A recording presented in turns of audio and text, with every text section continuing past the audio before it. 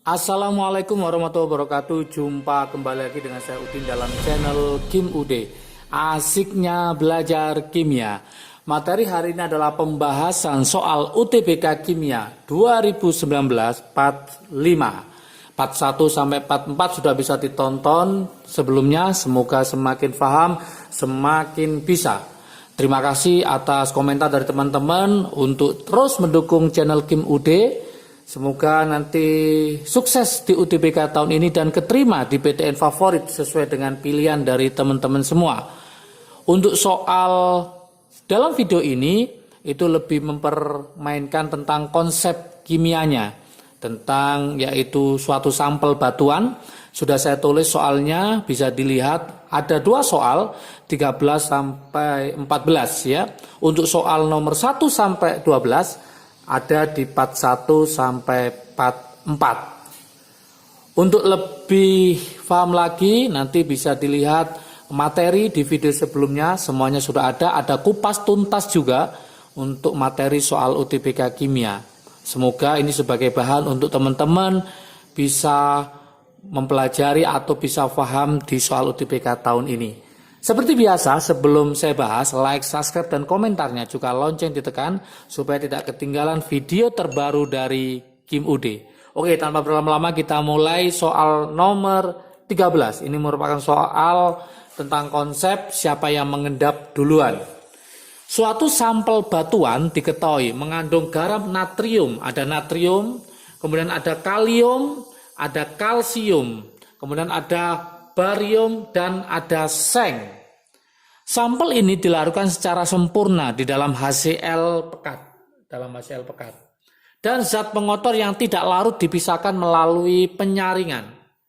Jika ke dalam larutan hasil penyaringan ditambah padatan KUH secara perlahan-lahan, pertanyaannya adalah ion yang akan mengendap sebagai padatan hidroksida pertama kali adalah yang mana?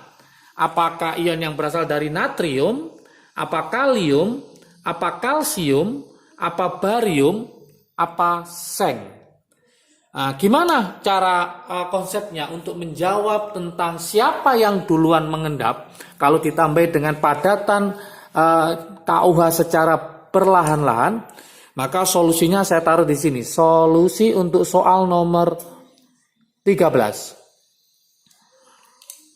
Soal nomor 13. Solusinya seperti ini. Kata kuncinya adalah ini, sebagai padatan hidroksida. Kalau sebagai padatan hidroksida, maka kalau Na nanti arahnya menjadi NaOH. Kalau Na berarti NaOH. Kalau K berarti jadi KOH. Kalau Ca berarti CaOH 2 kali. Kenapa 2 kali? Karena dia golongan 2A. Kalau Ba adalah BaOH 2 kali. Kalau Zn itu plus 2 ya, muatannya berarti ZnOH 2 kali.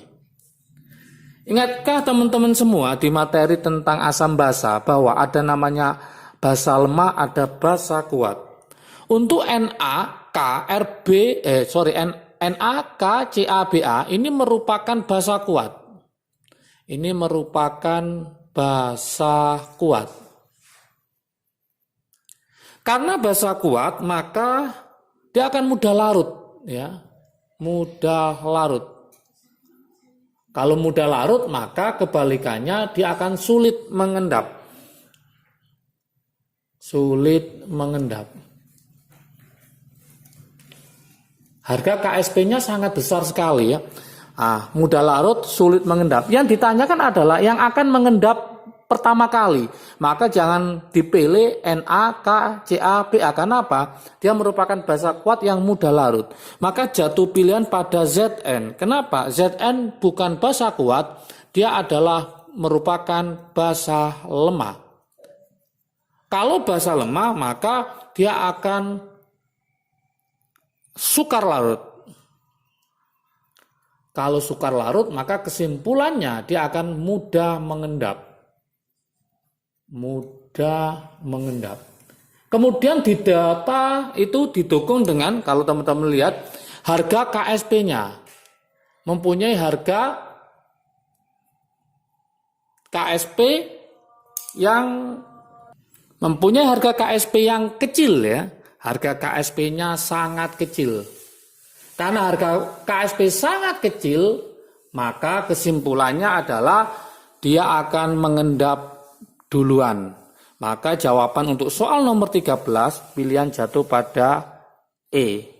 Jadi kesimpulannya yang mengendap duluan adalah ZN karena dia mempunyai harga KSP yang sangat kecil, merupakan basa lemah. Basa lemah adalah sukar larut dibandingkan dengan basa kuat. Soal 13 sudah berlalu, sangat mudah sekali. Kita ke soal 14. Soal 14. Soal 14 itu ada trik asiknya, teman-teman semua. Di sini kalau kita baca soalnya ya.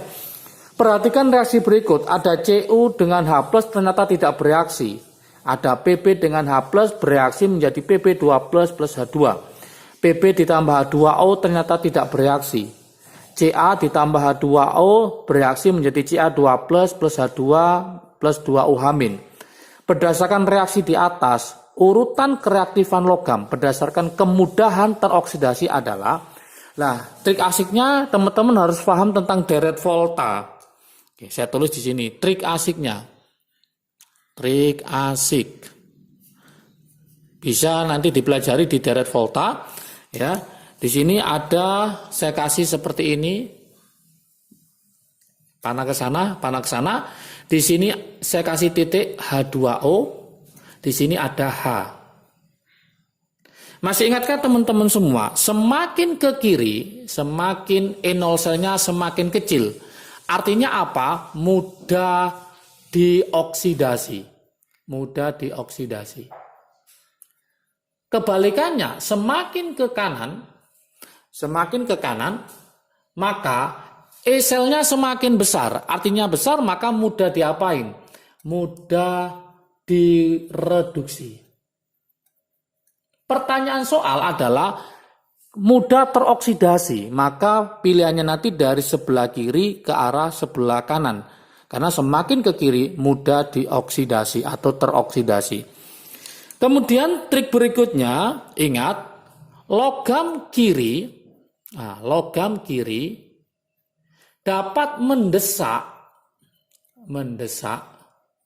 ion logam kanan. Ion logam kanan ya. Sorry, ini H+ ya dalam bentuk ion.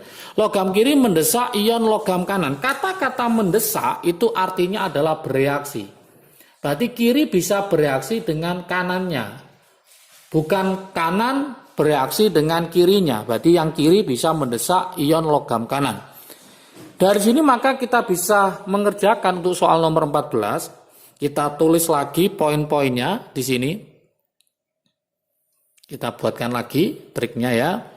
Ada H+ di sini, kemudian di sini ada H2O. Pakai ini aja udah gampang ya. Kita coba reaksi yang pertama. Cu bereaksi dengan H+, ternyata tidak bereaksi.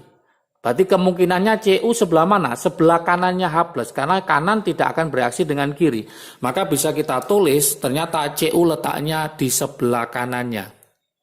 Karena kanan tidak akan bereaksi dengan kiri. Gitu caranya. Sangat mudah kan? Kemudian lanjut. Pb bereaksi dengan H+. Berarti Pb letaknya sebelah kirinya H+. Apakah sebelah kirinya H2O? Kita cek lagi. Pb dengan H2O tidak bereaksi. Maka Pb letaknya sebelah kanannya H2O, sebelah kirinya H+. Maka nggak ada pilihan, Pb adalah di tengah-tengah ini. Berarti dengan H+ dia bereaksi, ini buktinya. Dengan H2O dia tidak bereaksi. Karena apa? Karena dia letaknya di sebelah kanan. Jadi kalau pakai ini teman-teman nggak akan kesulitan lagi.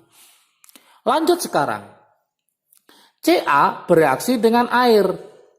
Nah, buktinya dia menghasilkan reaksi Ca2+ ditambah H2 ditambah 2OH-. Maka posisinya Ca harus sebelah kiri dari H2O. Maka posisinya Ca adalah di sini. Oke. Berarti Ca sebelah kirinya H2O, Pb sebelah kanannya H2O tapi sebelah kirinya H+, sedangkan Cu adalah sebelah kanannya H+. Sekarang tinggal yang diminta soalnya apa? Urutkan berdasarkan kemudahan teroksidasi. Semakin ke kiri, semakin mudah teroksidasi. Berarti kalau kita urutkan, berarti yang paling mudah Ca, kemudian Pb, baru Cu. Maka jawabannya adalah Ca lebih mudah teroksidasi lebih besar, kemudian baru Pb, kemudian baru Cu. Berarti Cu yang paling sukar teroksidasi tapi mudah tereduksi. Maka dari sini kita cari pilihannya yaitu Ca, Pb, Cu. Ca, Pb, Cu. Ternyata jawabannya adalah yang E juga, yang E. Oke. Jadi teman-teman langsung pakai trik asiknya, pakai H2O sama H+. Biasanya kalau di sini adalah golongan 1A, 2A, Al sama Mn. Ini 1A, 2A, Al sama Mn. Kalau ini Ca termasuk golongan 2A. Maka jangan lupa kalau saya tulis di sini ini anggota sebelah kirinya H2O adalah 1A, 2A, kemudian Al sama Mn. Kalau buatkan kata-katanya 1, 2, anak laki-laki, minum air, haus gitu. Kalau ingin menghafalkan 1, 2, anak laki-laki, minum air, haus. Semoga hafal dan semoga paham dengan penjelasan trik asik untuk soal nomor 14. Oke teman-teman, inilah pembahasan soal UTBK Kimia 2019 45. Ditunggu kemudian 46, 47 dan seterusnya. Semoga semakin paham, semakin bisa, semakin siap UTBK Kimia tahun ini. Semoga teman-teman juga keterima di PTN favorit sesuai dengan pilihan masing-masing. Semangat belajarnya. Jangan lupa kalau video ini bermanfaat bagi kalian, silahkan di-share ke teman kalian supaya manfaatnya semakin banyak lagi. Jangan lupa like, subscribe, dan komentarnya. Juga lonceng ditekan supaya tidak ketinggalan video terbaru dari Kim UD. Oke, jaga kesehatan. Salam sukses dari Kim UD. Asiknya belajar kimia. Assalamualaikum warahmatullahi wabarakatuh.